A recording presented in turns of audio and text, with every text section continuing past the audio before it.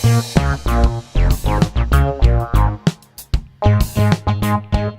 everybody's been telling you that you have to start using video to build your business, but you're not quite sure where to start. Everybody's telling you have to get into Facebook Live, but how do you do that? Do you have to have equipment? Do you have to have a script? Do you have to be an expert? Hi, I'm Tim Cooper, and I'm going to show you how to make Facebook Live videos that are going to turn you into a rock star and people are going to love. Okay, let's start with the obvious. Let's start with your environment, your location. Now, people ask, what should I do about a background?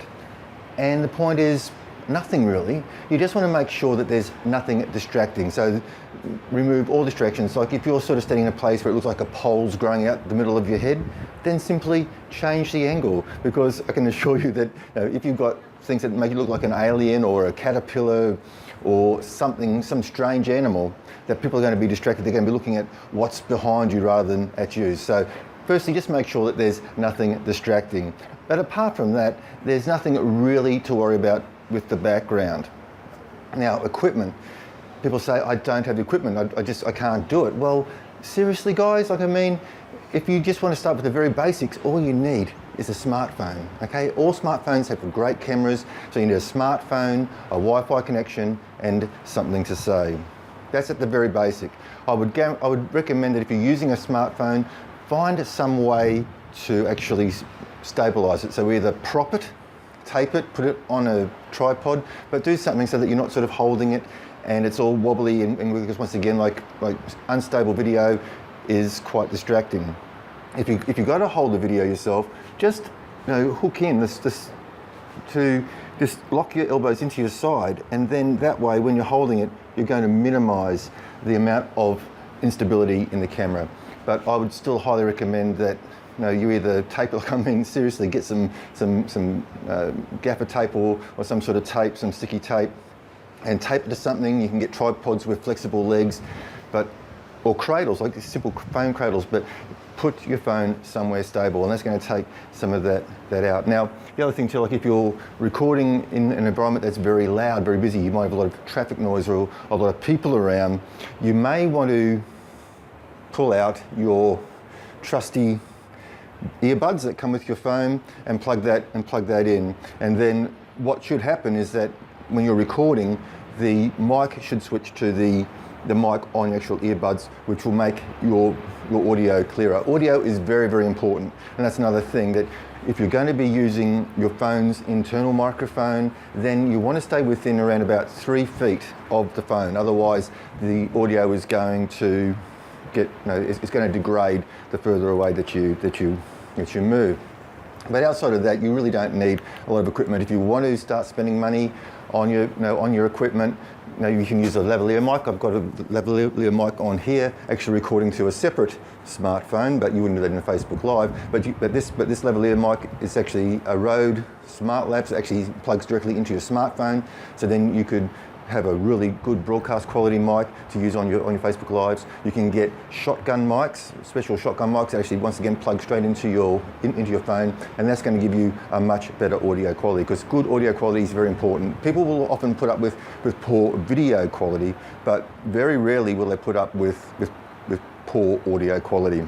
Okay, moving along. So once again, let's talk about location and how you're going to position yourself. And another thing is your lighting. Now, if you're in a dark place, obviously you want to have some artificial lighting. I prefer to use softbox lighting, but if you don't have softbox lighting, just make sure there is enough light in the room so that you can actually be seen. If you're outside, you can use natural light. If you're inside during the day, you can also use natural light. And natural light is obviously the easiest and best to work with as long as you use it properly. Don't have the sun to your back, because then you're just going to come out as a silhouette, and I'll demonstrate that for you now. Okay, so as you can see, with the sun to my back, I'm not really coming through very clearly at all. And as I move around, then there we go. See, much better exposure. So once again, position yourself, make sure that you can be seen. Okay, so we've got your environment sorted out. Okay, we've got your background sorted. We've got your camera sorted, whether you're using your phone, holding it yourself, or in a tripod, or taped to something, propped on something in a cradle. If you're in a noisy place, just make sure that you're using another mic. Just make sure that your audio is still very clear. And once again, don't move too far away from your phone if you're using the phone's internal microphone. Okay, so let's move on now to content.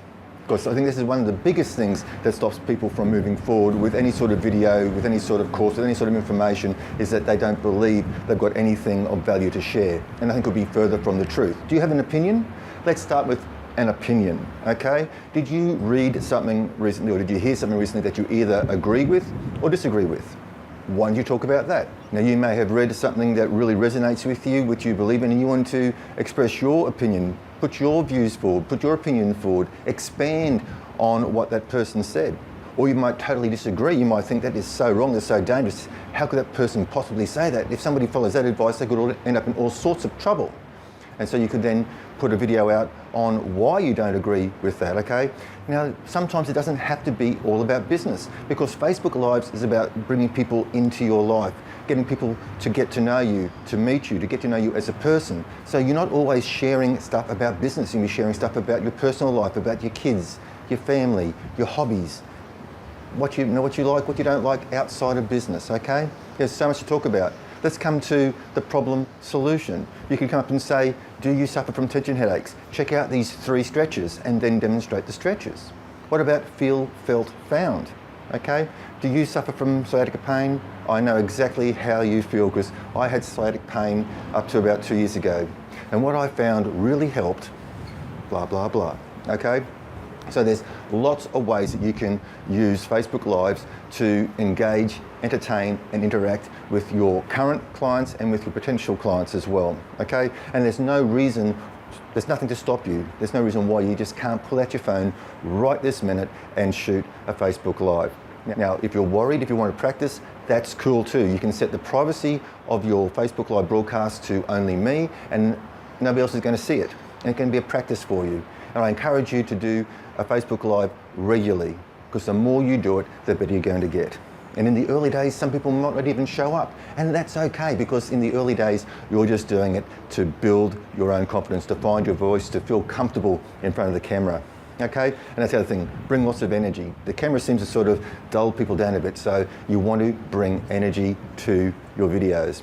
And then, of course, once your Facebook Live is up and it's posted, you can put captions on it and it's there forever. You can promote it, you can put it into paid ads, all sorts of stuff. The world is your oyster, but you've got to start getting into video now, because they say by 2018, over 80% of all content consumed on mobile devices will be video. 67% of people surveyed said that they'd rather hear or watch somebody tell them something rather than read it. It is the way of the future. We're getting busier, we're not slowing down. So people want to consume the information on the go. They want to listen to audio or watch videos while they're doing other stuff. Okay? So this is the way for you to take advantage and get in on the trend. Start building your business with video. Okay? And once again, always a call to action. There has to be some sort of call to action. There has to be some reason why somebody's watching your content. It might be as simple as asking them to comment. It might be pushing them across to your website to make a booking, or it might just be simply asking them to send you a Facebook message. But either way, there has to be one call to action, because if you say do this and do this and do this and do this, well, a confused mind does nothing. Okay, so once again, if you like this video, please like, share, comment below. If you're watching this on YouTube, please hit the subscribe button and that little bell, and you'll be notified next time I post something. Okay, start shooting those videos, start putting those Facebook Lives, tag me in. I want to watch what you're doing, and I'll catch you next time.